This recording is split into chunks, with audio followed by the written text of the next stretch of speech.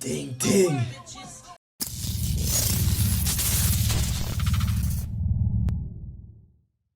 Alright guys, what's up and welcome to a new video on the channel, man. Today, bro, it's probably gonna be mostly just UFC 291. Like, bro, just watch me scroll through this and just look at the names.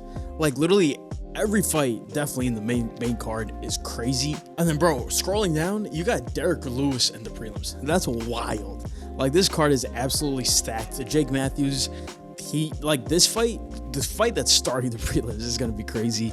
So you already know this whole card, amazing, man.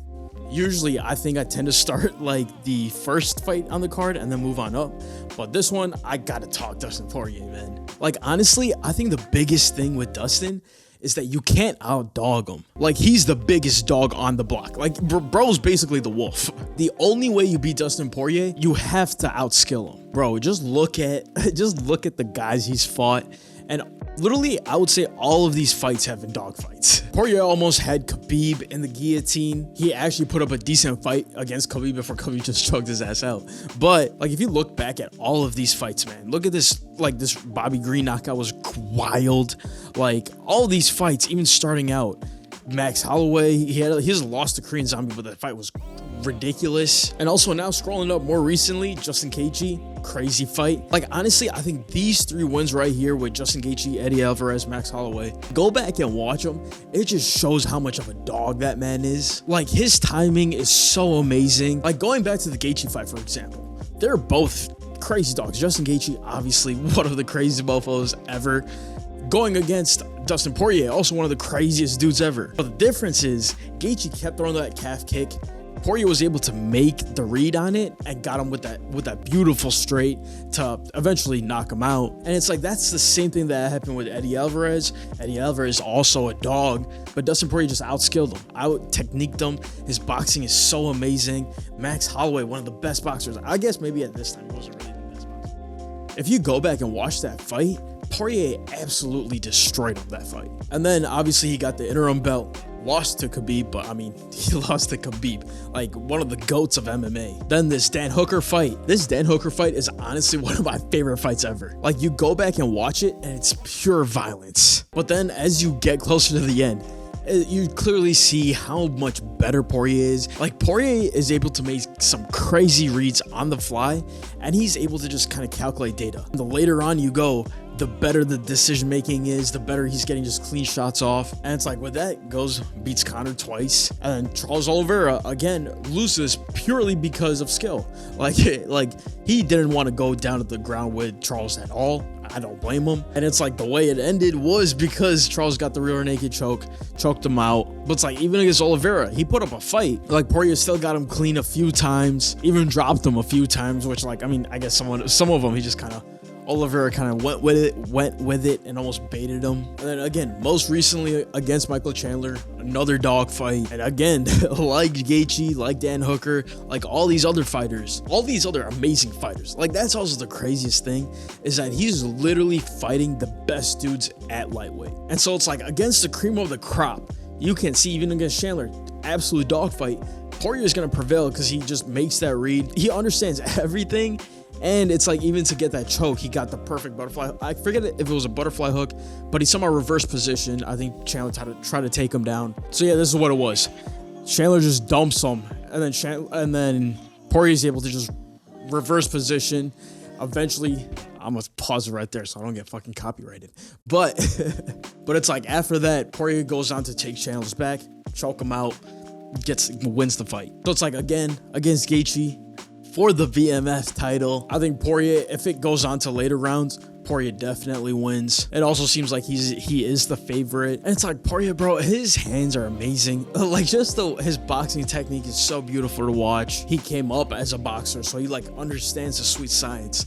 But then how he mixes in his jiu-jitsu, how he mixes in his other like just MMA skills, it's amazing to watch. But then, with all that being said, he is facing a bad mofo in Justin Gaethje. So yeah, man, like, even when you go over to Justin Gaethje's resume and look at it, since the Poirier fight, he's also only just lost to Khabib and Oliveira, who, again, two of the best lightweights ever. Khabib goes down as one of the best MMA fighters ever. And just jumping to his most recent fight against Fiziev, I think this fight actually showed how much Justin Gaethje's been improving as a fighter. Now he seems a lot more patient. It seems like he's actually making the reads, he's making his calculations, and especially against Fiziev, you saw the game plan. I mean, it also does not hurt that he has Trevor Whitman in his corner. Trevor Whitman is an absolute genius. He understands boxing so well. And now you see Justin Gaethje starting to get it. Everything is starting to mesh for him. Like, dude's evolved into being one of the best strikers in MMA. Like, I don't know if it was against Oliveira where something clicked and he was like, okay,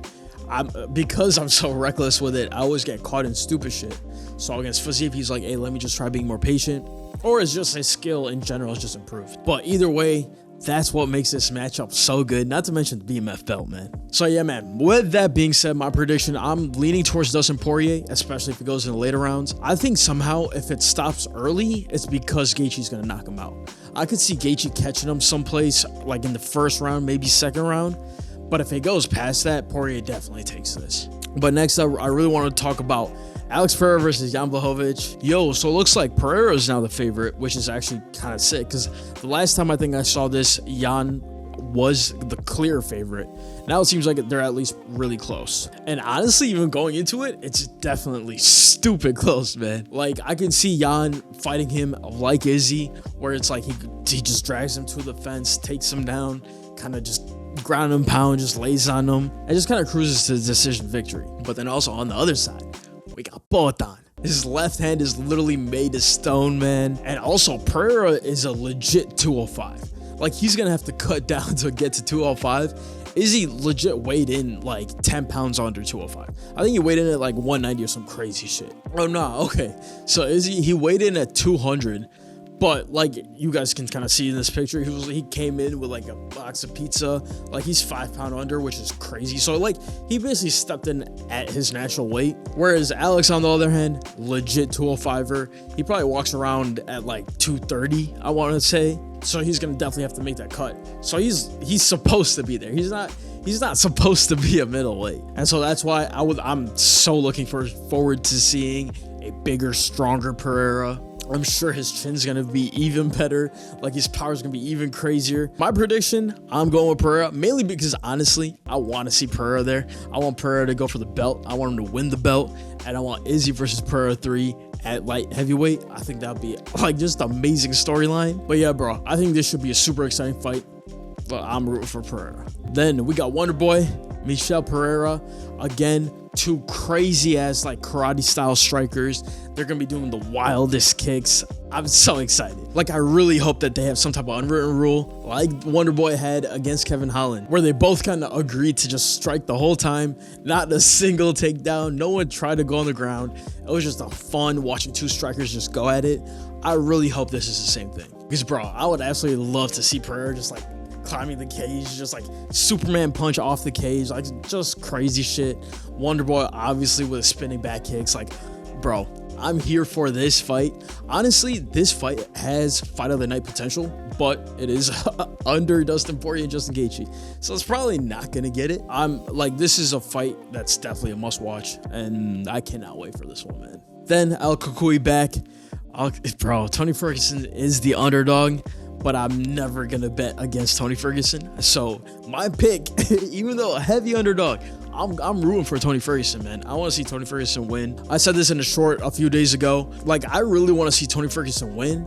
But if Bobby Green ends up winning, I want it to be a close fight at the very least. I just don't want to see him get knocked out, man. Like, I want it to be a super close fight. Worst case scenario with Bobby Green taking it. That's worst case scenario. But if not, bro, I want him to get a knockout win and then just retire like Robbie Lawler. I think that would be the dopest shit ever. Like, he just goes in one time, knocks dude out, vintage El Kukui with the elbows, like just doing a bunch of crazy shit. Like, I want to be seeing him do obviously typical elbows, but then spinning back fists. Like, he just against the cage, just Superman punch off the cage. Like, I want Tony Ferguson to do crazy shit, end it with a bang, and then just retire, man. I think that would be so amazing. I am praying to the MMA gods that happens, because bro, that would be beautiful, man. But yeah, man, lastly, the first fight on the main card, Kevin Holland, Big Mouth himself versus Michael Chiesa. I'm super excited. Bro, I'm always here to watch Kevin Holland fight. He's such an entertaining fighter, man. He's such a great striker, so I love watching the way he strikes, just uses range. And I think his jiu-jitsu is decent enough where if Michael Chiesa gets him, I think Kevin Holland can at least get back up. That's what I'm at least hoping for, man. Because Michael Chiesa, you already know, he's going to be doing a bunch of wall work, just again, moving you to the fence, taking you down, just kind of laying on you. That's his game of like trying to get you down, get to your back, choke you out, basically. Well, I think he can at least defend himself against Michael Chiesa, if not choke him out himself. So I think this is also a great matchup. I think it's another amazing fight. And yeah, bro, this whole card, like the main card, if I was to rate it out of 10, it's an absolute 10, man. Like every single fight, some crazy ass name going against a crazy ass name. Oh, and then I forgot to mention my pick. I'm going with Kevin Holland. Shout out Big Mouth, Trailblazer. I think this, like, bro, this whole card, shout out 291, because main card crazy, man. And going to the prelims real quick, this is going to be a great fight. I cannot wait for this fight. The prelims are also stacked. Derek Lewis in the prelims, which is crazy, man. And he's the underdog. Like, it's crazy. Like, I don't have any more words than that is crazy to see Derek Lewis ranked 11th in the prelims. It's wild. But then this fight is also going to be wild. Roman Kopylov, like the last few times he's fought, he's looked amazing. So I'm super excited for that one as well. Jake Matthews, I think his last fight was actually a loss. But the fight before that, he had an amazing fight. So I think hopefully this is a rebound fight. So yeah, man, the prelims are wild, man. Like legit, this whole shit, crazy. I honestly cannot wait for it. It's gonna be super dope. But yeah, man, with that is it for this video. As always, be sure to check out all the links in the bio. At least it's something I'm working on, man. Like, comment, subscribe, all that good stuff. And I'm out of here, bro. Peace.